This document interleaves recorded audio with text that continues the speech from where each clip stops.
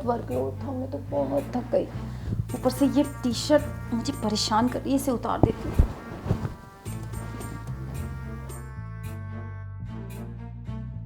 अब जाके चैन मिला। अरे बेल कौन बजा रहा है? कौन आ गया इस टाइम? 2 मिनट भी आराम नहीं कर सकती। आ रही हूँ बाबा, रुको।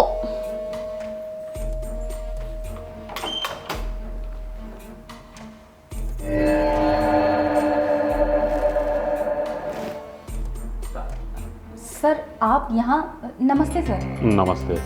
सर अभी तो मुझे आए हुए पूरा 1 महीना भी नहीं हुआ और आप रेंट लेने आ गए? अरे घबराइए नहीं, दरअसल मैं अपने पीजी का मुआयना करने आया हूँ।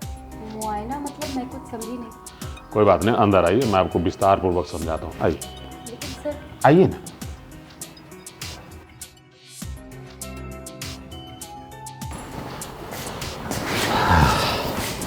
तो सर क्या लेंगे आप? चाय, कॉफ़ी, ठंडा, गरम? देखिए, न चाय चाहिए, न कॉफ़ी चाहिए, न ठंडा चाहिए, न गरम चाहिए। मैं यहाँ मुआयना करने आया हूँ, पीजी का मुआयना करूँगा, चला जाऊँगा। लेकिन सर मुआयने की क्या ज़रूरत है? देखिए ज़रूरत है, अब आप ही बताइए, कहाँ कहाँ से पढ़ाई करने के लिए लड़कियाँ आती है इस शहर में, और जब वो शहर आती होगी तो उसके माता पिता, भाई बहन सब चिंतित रहते होंगे। तो इस कारण मेरी डबल जिम्मेवारी बन जाती है उनकी सिक्योरिटी का, और मैं नहीं चाहता कि मेरी लापरवाही के कारण मेरे यहाँ आए हुए पीजी गर्ल को किसी प्रकार की कोई दिक्कत परेशानी हो। सर ये तो बहुत अच्छी बात है कि आप लड़कियों के बारे में इतना सोचते हैं। देखिए मैडम, मैं तो दिन रात लड़कियों के बारे में ही सोचता रहता हूँ, क्योंकि वो भविष्य है ना, उन पर भविष्य टिका हुआ रहता है। ठीक है, आप बैठिए, मेरे पास भी ज़्यादा समय नहीं, मैं खटाखट चेक कर लेता हूँ और चला जाऊँगा, ठीक है? सर मैं आपके साथ चलती हूँ ना, मैं आपको रूम दिखा देती हूँ। अरे ये क्या कर रही हैं? ये रूम मैंने ही बनाया, मैं सब कुछ देख सुन रखा हूँ पहले से ही, बस सिर्फ देख लेता हूँ कि कहीं कोई दिक्कत ना हो आपको। मैं यूँ गया और यूँ आया, ठीक है?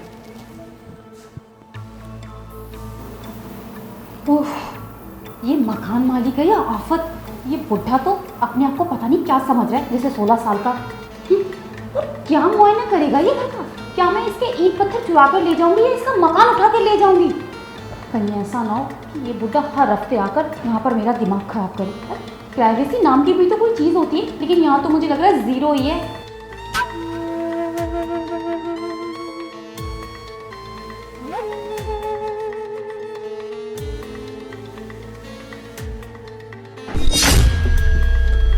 चलो, अपना प्लान तो सक्सेस हो गया।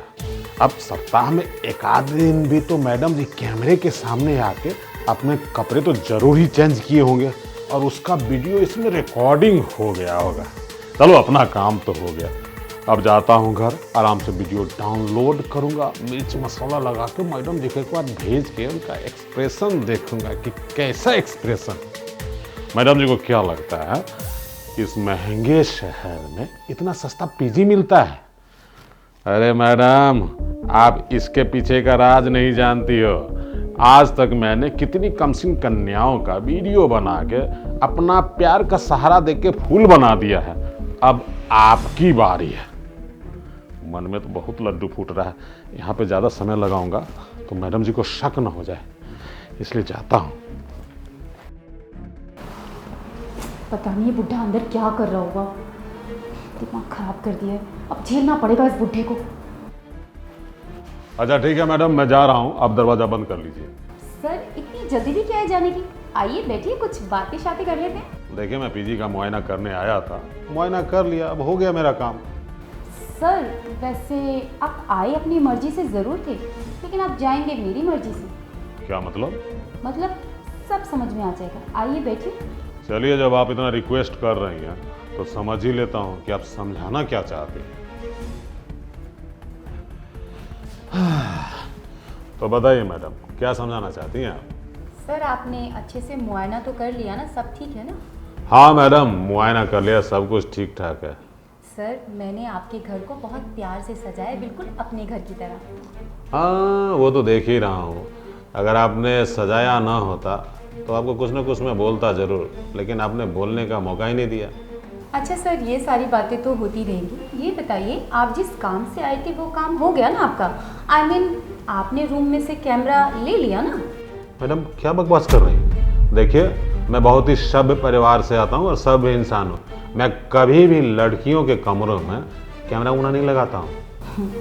सर, मैं आपके बारे में सब जानती हूँ कि आप लड़कियों को कम पैसों में अपना रूम देते हो और उसके बाद उनके रूम में कैमरा लगाते हो, फिर उनकी वीडियो निकाल लेते हो, फिर उन्हें ब्लैकमेल करते हो और फिर उनका इस्तेमाल करते हो, है ना? यही तो करते हो आप। अरे क्या बकवास कर रही हैं? हाँ?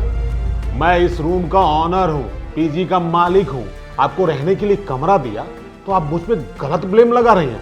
अबे चुप कर बुड्ढे, तेरी सारी जानकारी लेकर आई हूँ मैं यहाँ पर, ऐसे ही नहीं आई हूँ। तुझे वो पिंकी तो याद ही होगी ना, हाँ? जिसके रूम में तूने कैमरा लगाया था और उसके बाद तूने उसकी वीडियो बना ली थी, गंदी वीडियो, और फिर तूने उसे ब्लैकमेल किया, फिर उसका इस्तेमाल किया, ज़बरदस्ती की उसके साथ। लेकिन तू शायद ये नहीं जानता कि वो पिंकी ना अब इस दुनिया में नहीं रही। सुसाइड कर लिया उसने सिर्फ और सिर्फ तेरी वजह से। तुझे पता है उसके माँ बाप बेचारे कितने दुखी हैं, वो रो रहे हैं क्योंकि वो उनकी इकलौती बेटी थी, लेकिन तेरी वजह से ना एक बेटी चली गई। मैडम जी, आप सचमुच, आपका दिमाग बहुत खराब है। पिंकी की हत्या का जिम्मेवार मैं नहीं हूँ। अरे पिंकी की माँ पड़ोसी के साथ भाग गई थी और पिंकी का खुद लफड़ा था रमेश से, और रमेश छोड़ दिया उसको।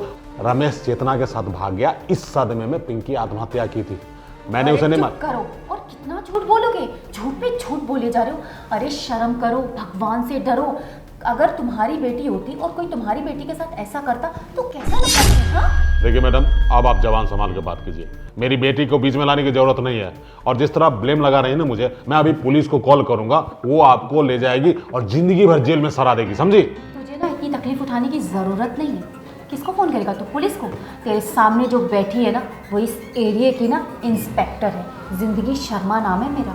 तेरी ना बहुत कंप्लेंट्स आ रही थी और तुझे पता है तेरा केस मुझे दिया गया, यानी थाने में आते ही पहला केस जो मुझे मिला वो तेरा मिला, लेकिन तेरे खिलाफ कोई सबूत नहीं मिल पा रहा था ना, बस इसीलिए ना तुझे रंगे हाथ पकड़ने के लिए ना ये सारा प्लान बनाया गया है। और हाँ, ये मत सोचो कि मैं अकेली हूँ, मेरी पूरी टीम है नीचे, एक आवाज़ में ऊपर आ जाएगी, समझा?